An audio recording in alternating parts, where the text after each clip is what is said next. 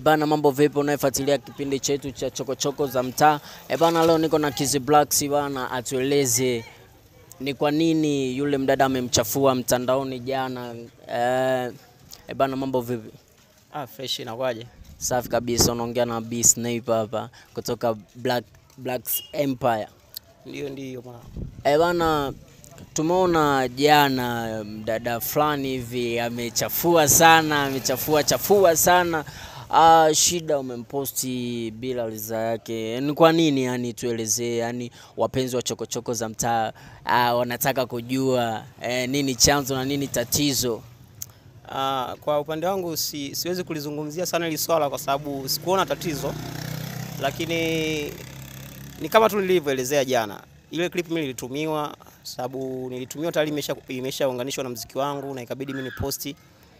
Lakini sikujua kama atalipokea vibaya kiasi kile sababu nilishangaa tu ghafla ameanza kutuma comment za ajabu na nini mpaka anatukana na matusi, lakini haikuwa kusudio langu. Yani niliposti tu kama ni mshikaji wangu, tunajuana.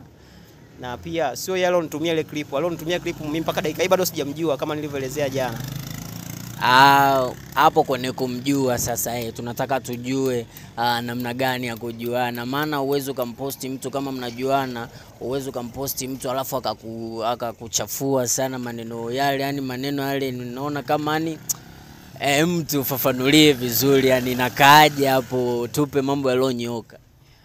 Ninapozungumzia kufahamiana naye sio kwamba anafahamiana naye kwa ubaya au vipi, ni msanii mwenzangu, tunafanya kazi pamoja, yani na appreciate anachokifanya, ni anaigiza sana, namkubali. Yeye yupo kwenye industry ya Bongo Movie, lakini mimi nipo kwenye industry ya Bongo Flavor. Tunafanya wote ni wasanii. Kwa hiyo mimi sikuona ubaya kumposti yeye kulingana na ile clip tayari ilikuja ikiwa imeshawekewa muziki wangu, nikaona mbona nilipokea vizuri. Lakini sijui kwa upande wake kwa nini alipokea vile alivyoipokea. Inavyoonekana hukumshirikisha. Kwa nini hukumshirikisha? Maana hadi mtu kukuchafua akupenda ni unaposti kitu hujamshirikisha. Naona kama ni unamharibia brand hivi. Kwa nini inakuaje yani? Yani tukizungumzia swala la brandi, kila mtu ana brandi. Sawa? Kila mtu ni brandi. Na jana pia nilisikia amelizungumzia hilo, lakini lilinikera kwa kiasi fulani kwa sababu kila mtu ana brand yake. Unajua lile swala lilikuwa linakunifuata private na kuniambia bwana 1 2 3 kama wenzake walivyokuwa, niliona comment nyingi sana za watu pale walivyokuwa wakidai bwana ungemfuata mwenyewe kuliko kuweka wazi kila yani ili jambo sio la kuweka wazi. Kwa yeye alivyolipokelea, alilipokea kitofauti na mimi jinsi ambavyo nilikuwa nimetaka iwe. Sijui unaelewa? Na kweli sikumshirikisha kwa sababu niliamini ni mtu ambaye hawezi kumind.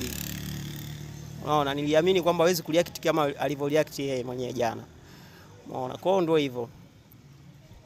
Bana, unafuatilia katika kipindi chetu pendwa ya chokochoko za mtaa. Umemsikia Kizzy Blacks, msanii wetu, ameelezea, yani amejitetea. Naona amejitetea sana.